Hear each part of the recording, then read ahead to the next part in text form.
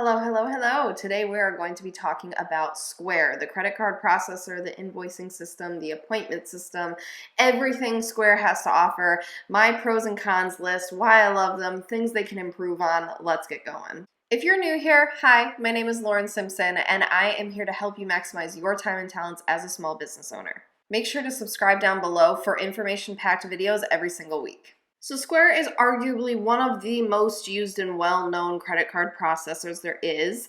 It opened first in February 2009, which is about a year before Stripe, which is one of their main competitors.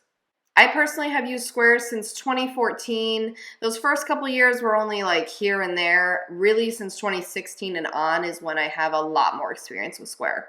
One of the cool things that they always did was offer you a free basic Square reader when you signed up. It didn't even matter how many times you signed up. If you signed up under 3 different businesses, they would send you 3 different readers. Now this is back when everybody had still the headphone jack in their phone, so it was the little circular one that went in the phone. Now we have the different style, which basically means the headphone jack and the charging port are in the same area of the phone, and they've updated the hardware. But they still give you a free basic credit card processor. It's for swiping credit cards only, but it's free.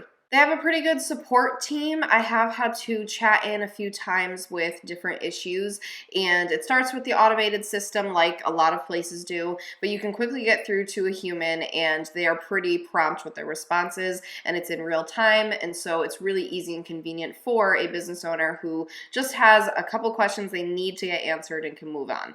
It's easy to input cash payments if you take those as well. So obviously this is a credit card processing system, but if you're using the tablet or the phone or whatever it is to check someone out and they hand you cash, you can easily put that they paid you in cash as an option, and that way you can still send them a receipt.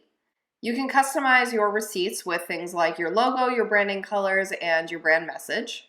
And Square has options for both e-receipts, which is the typical way that you would get a receipt from a lot of places that use Square, but they do also have the manual physical receipt now as an option with some of their hardware. You can see averages of what you've made on specific times of day or what was your best selling day of the week. You can look over the last 7 days, today only, 30 days, a year, you name it. You get to see all of your data in one place, however you need to see it. Obviously, this is really important for things like bookkeeping and goal setting. They send you your 1099K tax form about mid-January, which personally I prefer because I'm a person who likes to get started on their taxes earlier than later. So even though I still have to wait for other tax forms to come in the mail inevitably, I know that my Square stuff is ready to go and shows all of my income. My main business is both service and product based. I will say that it is primarily a service based business, but there are a few products that I do sell through the business. In addition to that, it is a really interesting tax code where I am in Connecticut. So basically, you don't have to tax on things like hair and makeup bridal services, but you do have to charge sales tax on lash services and waxing and tinting, and then the products, of course. Although I don't agree with it, and I really wish it was just all one way or the other to make things a lot more simple, it is what it is. Because of this, I have had to manually input which items in my library are sales taxable and which items are not. But it's pretty easy to do, and it's really convenient because if I'm checking somebody out and they have a makeup service that is non-sales taxable and a lash service that is sales taxable, I can still put them in the same transaction and know that the sales tax will be charged on the one that it needs to be and not the other one. So it's really convenient and it's a really smart software. Basically, like I would hope with any kind of credit card processing, invoicing system, things like that, it is completely customizable to you and your business.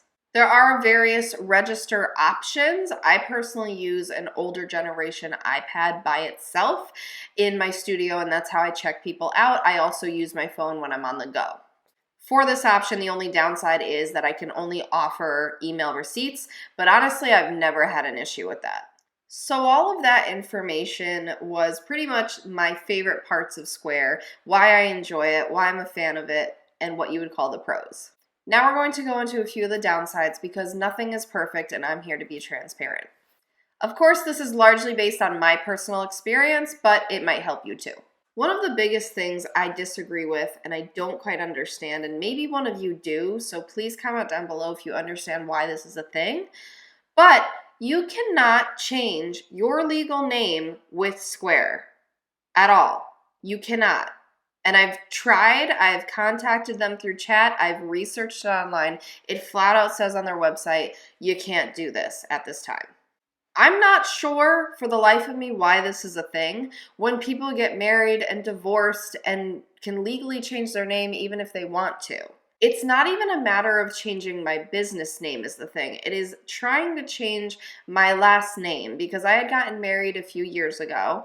And so naturally I went through and I changed it on everything, including all my business documents. For some reason though, Square, they don't really have an answer for this, but they are not allowed to and they cannot change your name. And obviously there's nowhere that you can go in and do it yourself either. And at this point, I'm operating a very busy business that already has a plethora of invoices in the back end set up and a customer base and everything in this account. So logically, no, I'm not going to go and create a whole brand new account and put all of that into the new account simply because you won't change my last name. Like everything else is still incredibly accurate, you know, the address and the business name and all of it. So I'm not going to create a new account for just that. I haven't had any issues. I'm assuming maybe I won't have issues because even though it's not my current legal name, it's my maiden name, and there's a plethora of documentation out there showing that my maiden name is tied to me as well, even though it's no longer my name.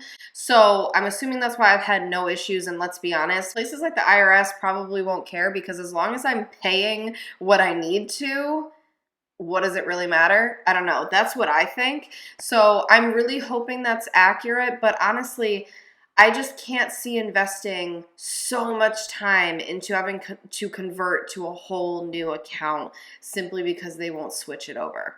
Something else that changed sort of recently, I think this changed about a year ago at this point. I was using the Square Appointments feature for several years. It's a newer-ish kind of feature. Obviously hasn't been around as long as invoicing and the credit card processing and all the things that they started out with. But I really liked it because it was simple to set up. You could send both email and text reminders to your clients. It's synced with Google Calendar, which is primarily what I use for both my team bookings as well as my personal life. So it was really great and it was free. But of course, that couldn't last forever. So what ended up happening was they were keeping a free version, but they were paring down what they were going to offer in that free version. So I think, for example, it might have been taking away the text reminders and the syncing to Google Calendar, which were two of the biggest reasons why I loved it. And so they have a base free version, which is very minimal in what it has. Then they were going to a $29 a month tier. And then I just saw they have a $69 a month tier, which I'm not even sure if they had last year when this initial change was happening. But basically it also is dependent on if you have one or several locations and employees and different things like that. So it kind of depends on your business needs. What I will say is I understand you have to operate as a business and not everything can be free forever. $29 a month is also not outrageous for what it was and keeping those features that I really liked. However, right around when this was happening is also when I was converting to my current CRM of Dubsado. And if you would like to hear more about my experience with Dubsado, I would love to share that with you. Leave a comment down below and I can make another video about that. But basically, it made no sense to pay the $29 a month plus the, I don't know, $35 or $40 a month I pay for Dubsado when Dubsado kind of wraps everything that Square was also offering plus more into one. I also purposely chose Dubsado as my CRM in large part because it directly linked with Square and I wanted to continue to use the same processor. So what I did was I think I paid for 1 or 2 months of the $29 to Square because I tried to make it as seamless for my clients as possible. And I started with Dubsado and it overlapped with Square ending. So any new appointments I put in Dubsado, but those old ones that were already scheduled, I kept in Square. So they just got their reminders and then we could call it a day. And once those were over, I canceled the Square appointments. So again, it's kind of a middle ground where I understand you have to operate as a business and you have to make money. I was just kind of bummed because for some reason I thought maybe I was grandfathered into this feature because I've been with Square so long and because I had the feature for literally years. I mean, it was free for years. So I figured maybe this was just a perk or something. It is what it is, but I am ultimately happy with my decision to go to a formal CRM anyway. I will tell you that I did like Square appointments, so if you're curious about it, you're looking into it, you're debating it, start with the free and see if it works for you, but it may actually be a pro for you. It just ended up being a con for me with how things played out. The last con that I have, which again is not really a con, is the different versions of readers and registers that they have. So it has been, I don't know, maybe almost 5 years or somewhere around there that they have had the tap to pay with the chip card reader thing, whatever it's called. Basically, the Square reader, so not the one that plugs into your phone, the wireless one that also reads chip cards, and you can use Apple Pay and Google Pay and things like that. So that's been out for quite some time, and it's been $49 for the entire time. So the good news is it hasn't gone up in price, but the not so great news is it hasn't gone down in price or become free either. And I don't know, for some reason I thought because we're kind of phasing out of the free one that they offer being relevant, I figured maybe that one would either reduce in price or become the free option. Like I said, I think the free one is becoming obsolete simply because using the chip card reader is 100 times more safe for both you as the business and the client. So for me, I never use the slide option ever. Like there's no reason for me to. Something I will say that is actually a con that I just thought of when it comes to this specific card reader is I actually had to buy a second one pretty shortly after I bought the first, simply because they like to play back and forth. What I mean by that is I never know which one is actually going to work. I have literally at all times 2 of them set up at the studio, and I turn them on at the same time, and I put them near the device at the same time, and I click the little button and everything, and I'm like, whichever one does the little green light up first, that's the one that's working today. I labeled the 2 of them so I know which is which in my tablet and in my phone, and I've played around with it, and I don't understand at all, but I actually had a need to get a second because the first one simply didn't work all the time. And at the end of the day, what is the point of this card reader that you are paying for if you can't use it? So I found that having the 2 means as long as I keep them charged all the time, I have options and one of them ultimately will work. Probably 95% of the time. Every now and then I do have to give up and just do a manual card entry because I'm also not going to let my client stand there for 10 minutes while we're waiting. But there you go. So that's an actual con I found. So as you can see, I have a lot more pros than I do cons when it comes to Square, and that's genuine. I have used them, like I said, for almost a decade at this point, which is blowing my mind. But I really do like them. I've had the opportunity to try other processors. People have tried to kind of sell me on different programs that are out there, and honestly, they remain competitive in their percentages, and their customer service is great. And they're always coming out with new products and services. And so I just think that it's been a really great company to stay with. And now even more so because it pairs directly with Dubsado. Real quick, I did also want to go over the different percentages in case you're curious of what their rates are and how that compares to what you are currently using. Of course, these are current percentages to February of 2023. I have no idea what they're going to be in the future. So both the tap to phone option, which is a newer option, so they can take their Apple Pay phone or something and tap it to your phone if it's open with Square, as well as the in-person processing. So you take a card from the client physically and you insert it in the reader or you slide it. Those are both 2.6% plus 10 cents. Now, this is a very interesting thing I found, and I have no idea why it is, but I'll take it.